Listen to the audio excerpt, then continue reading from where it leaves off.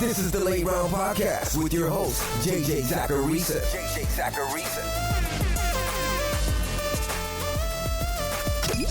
What's up, everyone? It's JJ Zacharisa, the editor-in-chief at FanDuel and at numberfire.com, and this is episode 415 of the Late Round Podcast, with many shows that are part of the FanDuel Podcast Network. As always, thanks for tuning in.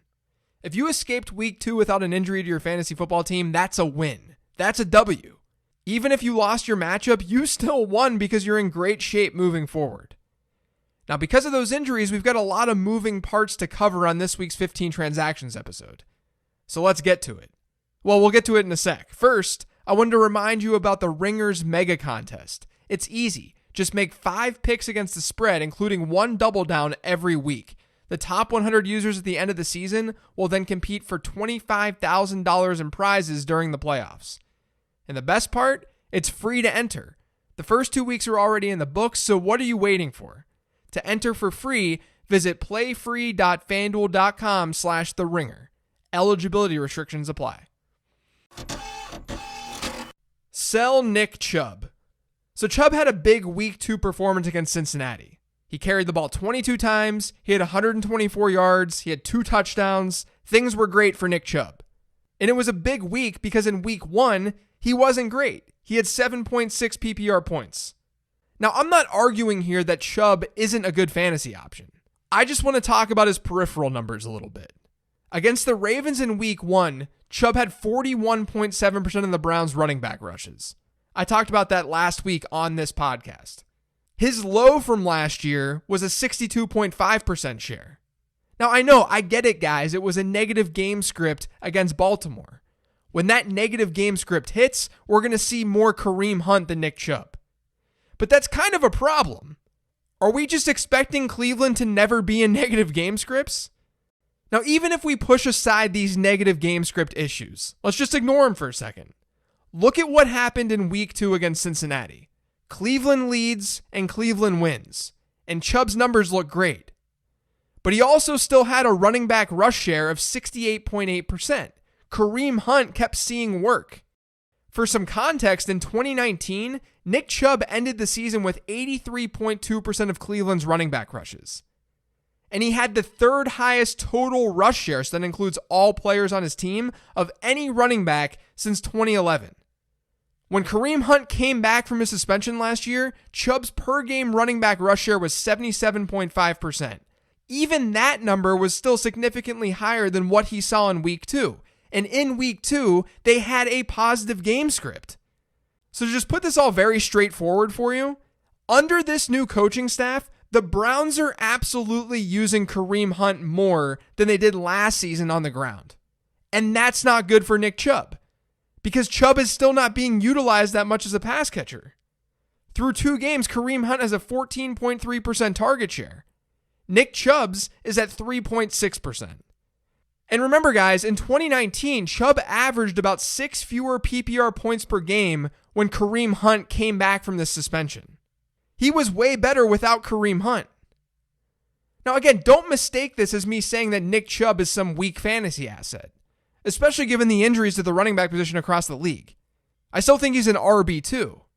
It's just really hard for me to see that true RB1 ceiling for Nick Chubb as long as Kareem Hunt is there and healthy.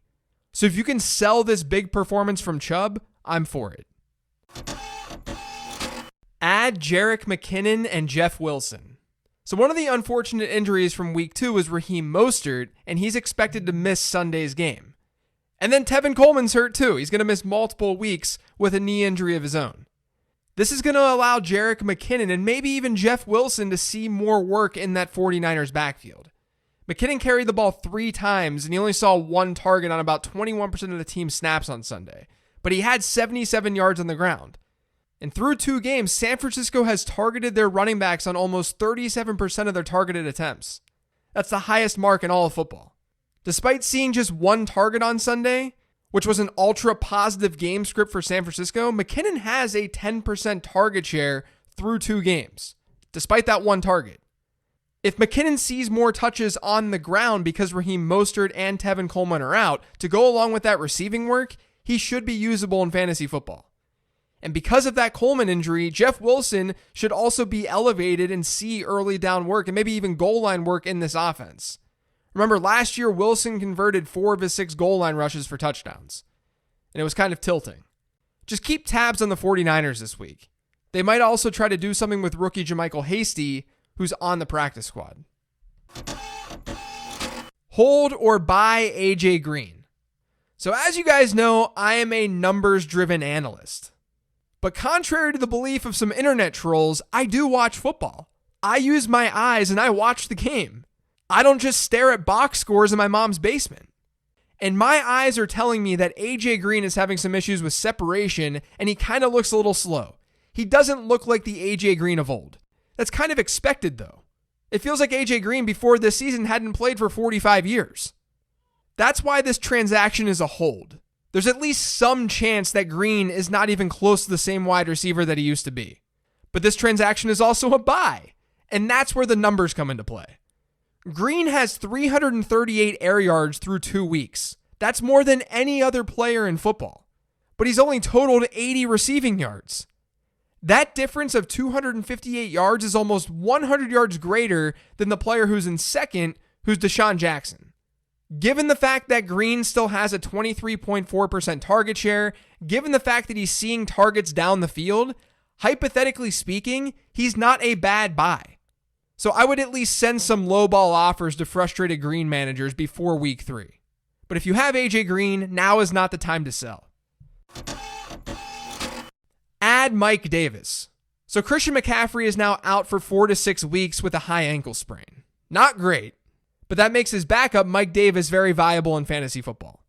On Sunday, Davis, in a negative game script, he had 8 targets and a 20% target share. That's a really big deal because he's likely going to be used as a pass catcher in this offense. We know he at least has that skill set. And this is in an offense and on a team that is not very good. The team in general is not very good because the defense isn't very good. So they're going to be in negative game scripts. And that means that Mike Davis can keep getting targeted out of that backfield. He's not going to be Christian McCaffrey, but signs do point to him being a highly used running back on this team without Christian McCaffrey healthy. And that makes him a priority pickup this week. Add Michael Pittman Jr. Paris Campbell is also out indefinitely with a PCL injury. So that leaves an opening for Indianapolis pass catchers. And I like Michael Pittman. I liked him a lot entering the league, and I like him right now. With Campbell out for most of Sunday's game, and I'm still tilting over that, Pittman played 92% of the team's snaps. That was the most of any wide receiver. And according to Pro Football Focus, he also ran the most routes at 26. Zach Pascal is at 25, T.Y. Hilton at 24. So if you need wide receiver help, I like adding Michael Pittman this week. Sell Todd Gurley. You just can't be in love with Todd Gurley's usage right now as a Falcon. Through 2 weeks, Atlanta ranks in the top 5 in points scored, but Gurley's been fairly irrelevant in fantasy football. He ranked as the RB20 in week 1, and then in week 2, he was outside the top 40 at the position. He's seeing decent enough usage rushing share-wise, but his lack of passing game usage is a very big concern. He has only a 5.7% target share. Now, since the Falcons have a pass-to-rush touchdown ratio so far of 6, they have 6 passing touchdowns and 1 rushing touchdown, we should expect some regression that would favor Todd Gurley. The problem that I have, though, is I'm not sure Todd Gurley is the locked-in goal line guy. Because on Sunday, Ito Smith saw 2 carries within the 10-yard line, one of them at the goal line. If Todd Gurley is not the goal line back, that's a big deal. That's a very big deal. But even if he is, and that was just some random variance, he's still not seeing a lot of volume through the air, and that's a concern, like I said earlier. A lot of teams are running back needy right now. I just don't see Todd Gurley having this massive ceiling this season. I'm just worried about a lot of things for Gurley. Add Dalton Schultz. So Blake Jarwin tore his ACL. This game this past week against Atlanta was the first one for Dallas without Blake Jarwin this year. And Dalton Schultz was awesome. He caught 9 of 10 targets. He had 88 yards. He had a touchdown. And he had a 21.7% target share. According to Pro Football Focus, he ran 35 routes. That was only 5 to 10 fewer routes than the trio of wide receivers for Dallas. Now, maybe game script had something to do with this, but I still think that he should be added regardless of that. especially with a potential high-scoring game in Week 3 against Seattle.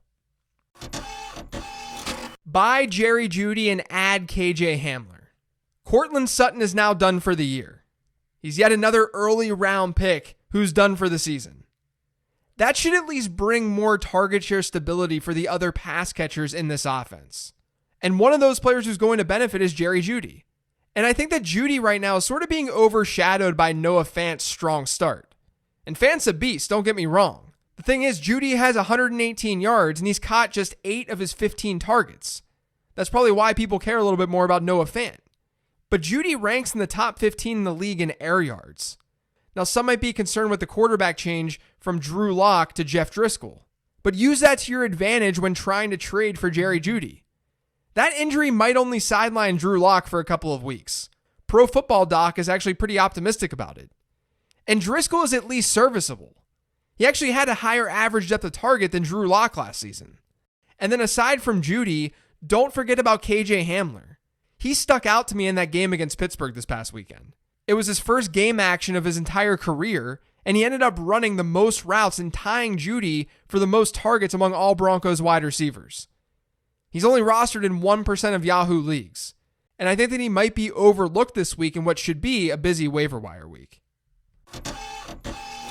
Add Darrell Henderson. So there were so many injuries that happened this past week, I almost feel like no one's paying attention to what happened in the Rams' backfield. Cam Akers hurt his ribs, he left the game early, and then Malcolm Brown has a finger injury. Somehow, all of a sudden, Darrell Henderson is the healthiest running back on the Rams. How did this happen? And he did pretty well on Sunday. He had 12 carries, he had 81 yards on the ground, he scored a touchdown, and then he caught 2 of 3 targets for 40 yards. He had 46.2% of the team's running back rushes and 11.5% of the team's targets. He's still out there in 2/3 of Yahoo leagues. He should be claimed this week. Buy Allen Robinson.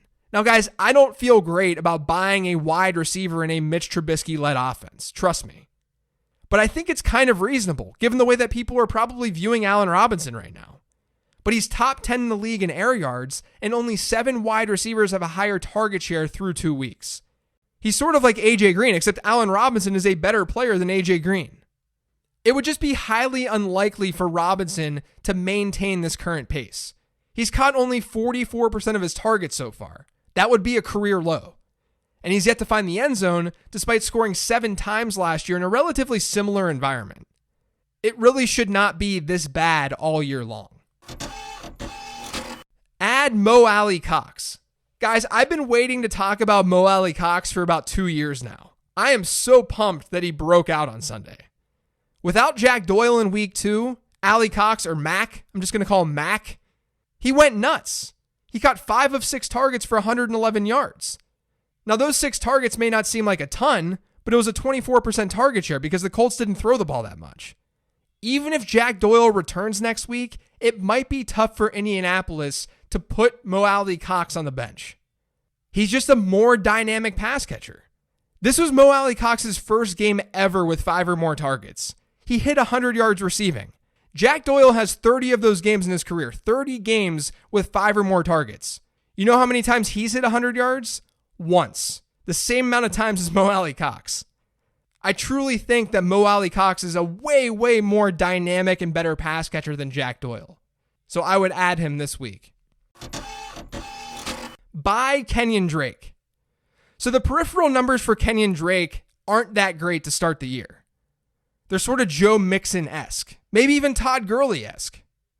He's 8th in the league in running back rush share, but among all running backs, he barely breaks the top 50 in target share. And that's a very big concern. I'm not pushing that aside. The reason that you're buying is that he's had 2 relatively difficult matchups to kick off the year. He faced San Francisco and Washington, and they both ranked in the top 4 in Pro Football Focus's defensive line rankings at the start of the year. And things really start to open up for this Cardinals offense moving forward, which is kind of scary. Over their next 6 games, they're going to face Detroit, Carolina, the Jets, Dallas, Seattle, and Miami. Things get a lot better from a matchup standpoint for Kenyon Drake, not only on the personnel end, but from a positive game script perspective too. Even if they don't start using him more as a receiver, game flow should favor him enough to get a boost in fantasy value versus where he's at right now. And the reason I'm bringing him up is because I read Twitter. I see what's going on social media. People are already taking L's for Kenyon Drake. I just think it's too early given this upcoming schedule. Add Devontae Freeman. So as you know, there's a lot of running back injuries that happen this week. Chances are the best free agent running back, Devontae Freeman, is going to find a team. At the time of this recording, I have no idea who that team is going to be. But Devontae Freeman honestly has more upside than a lot of the backups that are stepping up and seeing more work as a result of those injuries. So I would be adding Devontae Freeman. Add Dion Lewis and Wayne Gallman. And to be honest, I would be adding Freeman over Dion Lewis and Wayne Gallman. Lewis was pushed into a starting role on Sunday because Saquon Barkley tore his ACL. And he handled all of the running back rushes from that moment on. But the reason that was the case is because Wayne Gallman was a healthy scratch. I would expect both of these guys to share the backfield moving forward. I think if they don't sign Devontae Freeman, it's going to be a mess. But I still think you have to try to add these guys off the wire because it's hard to have running backs and get running backs in fantasy football. And you never know. Things might not be divvied up the way that I'm describing them right now. Add the Cleveland Browns defense. So the Browns this week are facing Washington. According to FanDuel Sportsbook, they're 7-point favorites. So not only could Washington be in a negative game script, which means Dwayne Haskins is dropping back to pass more, which means more chance for a turnover and a sack, but so far this season, Washington ranks third worst in the league in sack rate allowed. And then Cleveland, in our small sample, they've actually been the best team at generating pressure on opposing quarterbacks. That matchup is strong, and that makes Cleveland a great streaming defense. The 16th transaction this week that you can't get in my 15 transactions column over on numberfire.com, it's a twofer this week, and it's to add T. Higgins and Chase Claypool. The reason I'm clumping these guys together is because they're more stashes than anything else. They may not come to fruition this year, but they're trending in the right direction. With Higgins, he ended up playing the second most snaps for the Bengals at wide receiver in week 2, and he saw over 10% of the team's targets. I know I talked about AJ Green as more of a buy this week than a sell, but we also play probability here. And there's a chance that AJ Green just doesn't have it anymore. If that happens towards the end of the year, or if Green just gets hurt because we know that he hasn't been able to stay healthy, then Higgins could really, really benefit. And then there's Claypool. I think there's a good chance that in the next few weeks, we see Claypool take over the James Washington role.